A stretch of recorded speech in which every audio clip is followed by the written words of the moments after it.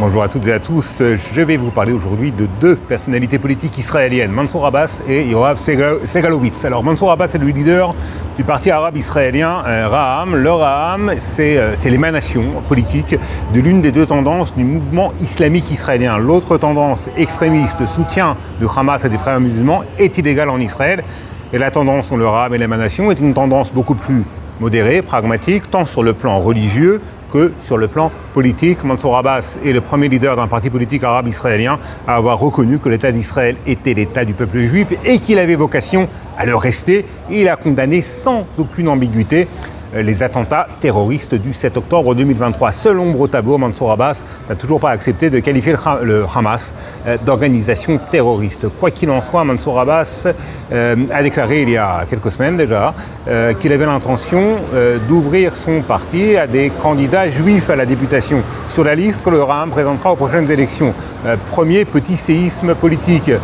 Deuxième, on a appris que le candidat juif israélien que Mansour Abbas envisageait, c'était Yoav Segalovitch. Yoav Segalovitch, ce n'est pas un militant d'extrême gauche non-sioniste ou anti-sioniste, non, c'est une personnalité issue de l'establishment politique et sécuritaire israélien. Il a été très longtemps officier supérieur de la police israélienne et surtout, il a été vice-ministre de la sécurité intérieure dans le cadre du précédent gouvernement, le gouvernement Naftali Bennett, Yair Lapid.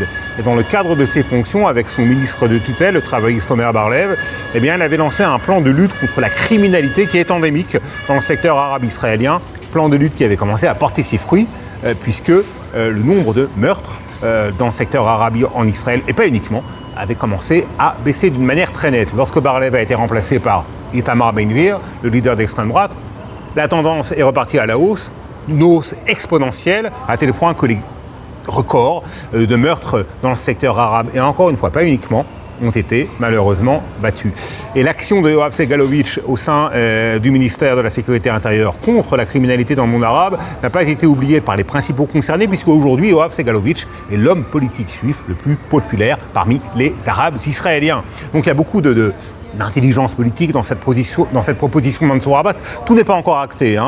Segalovitch est un libéral, le Ra'am est un parti très conservateur. Il y a des réticences au sein des instances du parti Ra'am pour accueillir Yoav Segalovitch.